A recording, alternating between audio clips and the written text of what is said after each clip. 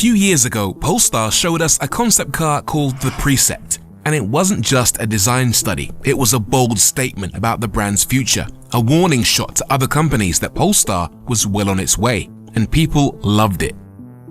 Now, normally concept cars remain flights of fancy, but in the case of this particular fairy tale, Polestar has created a quite striking reality. This is the Polestar 5. First of all, a word on what this car is. It's what they call an F-segment car. Specifically though, it's being billed as a rival for the Porsche Taycan, albeit with the space and usability of a Porsche Panamera. We'll talk about the design in just a moment, but because this is moving from the realm of fairy tale and into reality, let's focus on a few of the concrete details. They'll make two versions, a dual motor and a performance version.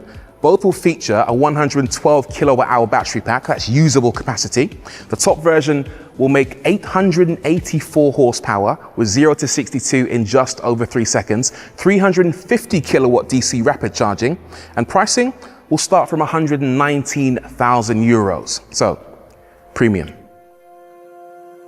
Now, I was very curious to see how closely the production car would relate to the concept car. And I've got to say, they've done a bang up job. It is very, very similar to the Precept. We've still got this split level Thor's hammer headlight, kind of indicating how Polestar is moving away from the Volvo mothership.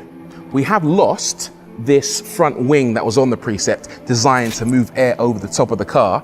But we still have this smart zone, which includes a camera system and also a radar sensor.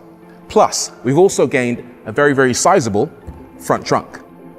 What you're looking at here is a very usable 62 litres, smaller than the 84 litres you get in a Porsche Taycan, but still a respectable amount of space, large enough to be used for more than just storing charge cables. One thing I was really eager to see was whether the Polestar 5 came with the same suicide doors as the Precept. And unfortunately, it doesn't. They've given us these instead. Regular doors, as you'd expect on any normal car, but I can't really complain because this car looks phenomenal, especially in profile. Look at the curvature on the doors. Look at the muscularity in these rear haunches. It looks brilliant, and particularly riding on these wheels. 22s all round, and the design is phenomenal. Let me know if you've seen a better looking set of wheels. I think that is tremendous. Now, on the performance version of the Polestar 5, you have a black panel running down the bottom and also a black door mirror. We don't get the blades with cameras mounted on as seen on the Precept. We do get a normal door mirror, but look closely and there's also a little camera system which allows you to see what's going on around the car. Plus, at the back of the vehicle, we do get one thing that appeared on the Precept, and that is this charge status light on the back, which shows you your car's level of charge. Now, the back was always one of my favorite angles on the Precept, and it is largely intact for the Polestar 5. Look at this lovely light bar that runs the full width of the rear and then dips down at each corner. That looks amazing, but also contributes to aerodynamic efficiency. Apparently, it helps to separate the airflow from the car in order to reduce drag. One thing I haven't wrapped my head around though is the lack of a rear screen. I still haven't quite convinced myself that I want to use cameras instead of my eyeballs to see out the back, but Polestar have done it. I think it has a couple of advantages. One, it helps to reduce weight. Two, it helps it look nicer. And they have done their best to minimize the chances of the camera system getting filthy from dirt being kicked up from the back of the car. But let me know your thoughts on that in the comments below. The boot is a respectable 364 litres. Not bad, but perhaps slightly disappointing given that some of this space includes the storage area underneath the boot floor, accessible via this clever folding section. For reference, a Taycan offers a little bit more in this area, over 400 litres, and the option of an estate body style. The interior of the Polestar 5 seems like a quite pleasant place to spend time, I would say. I love the kind of combination of materials that they're using in here. It does feel quite premium. I'll draw your attention to one unique feature in this car, and that is the seats. Apparently, these were designed by Polestar, but made by Recaro, and they're trying to give us that combination of supportiveness and comfort. I've got to say they've achieved the support aspect, although the comfort levels might be something they need to work on, but we'll see once we take this car for a drive and spend some proper time in it.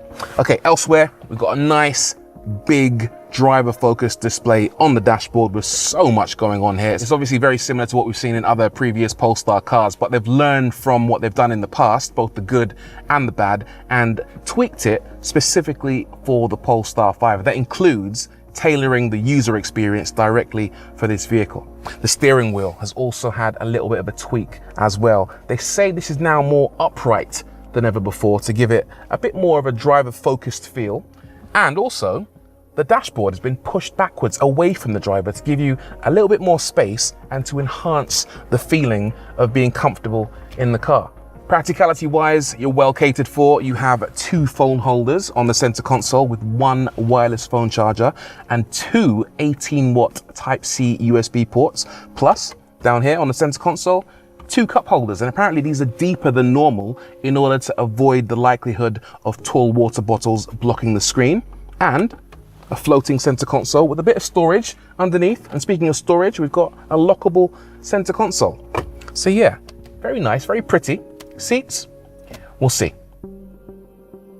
What are my impressions of the back of the Polestar 5? I've got to say, quite positive on the whole. It's interesting that they designed this as a 4+1, so 2 seats up front, 2 individual seats at the rear, but only an occasional seat in the middle. So you can use this center seat, but because of this kind of lump, because of that armrest / center console, if you do sit in the middle, you kind of sit really far forward. So yeah, quite uncomfortable, but you can at a pinch get away with carrying 5 people in this car.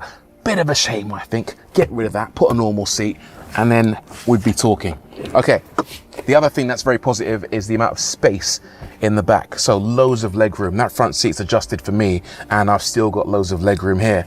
But this is notable, loads of foot room as well. The way the battery's been constructed means that it's almost been split in the middle, so you've got a gap between the front and the rear sections of the battery, and that means you've got these foot garages where your feet can go, so the floor seems lower than what you get in most electric cars, and that means that your legs aren't quite up as far around your ears as what you might get in some rival cars. The center console is quite interesting. You've got some storage in here. You've got individual controls for your heated and ventilated seats, and also your heating, ventilation, and climate controls. Plus, you've got 2 more cup holders, again, quite deep, right there at the front of the center console. The thing I like best about the back of this car, though, has to be this sunroof. It's the biggest sunroof that Polestar have ever made. It's 2 meters long, and it lets in a lot of light. It means that when you're driving along, you're probably not going to feel claustrophobic in this car, and it looks incredible as well. Look how far back it goes. In the Precept concept, it didn't have a bar across the back seats. This does, but it's been moved back quite far, so the sunroof just goes on for miles.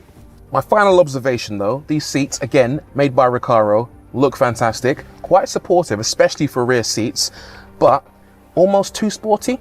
Yeah, I don't know if I want my family car to feel like a McLaren. Jury's out. At its core, the Polestar 5 is built on an all-new EV architecture developed by Polestar in-house and made from bonded aluminium, providing extreme torsional rigidity that they say is on a par with a 2-door sports car. This should allow it to handle the enormous power levels, up to 884 horsepower and 1,015 Newton meters in the performance version. 0 to 62 will happen in 3.2 seconds with a top speed of 155 miles an hour. Range is a promised 351 miles from the performance version or 416 miles in the more efficient dual motor. So that is the Polestar 5. Pretty faithful to the Precept concept, wouldn't you say? I think it's going to offer a really good blend of looks, performance, technology, and that might make it a really good rival to the likes of the Lotus Emea and of course the Porsche Taycan. Do you like it? Let me know in the comments down below. And as always, stick around for more content. See you soon.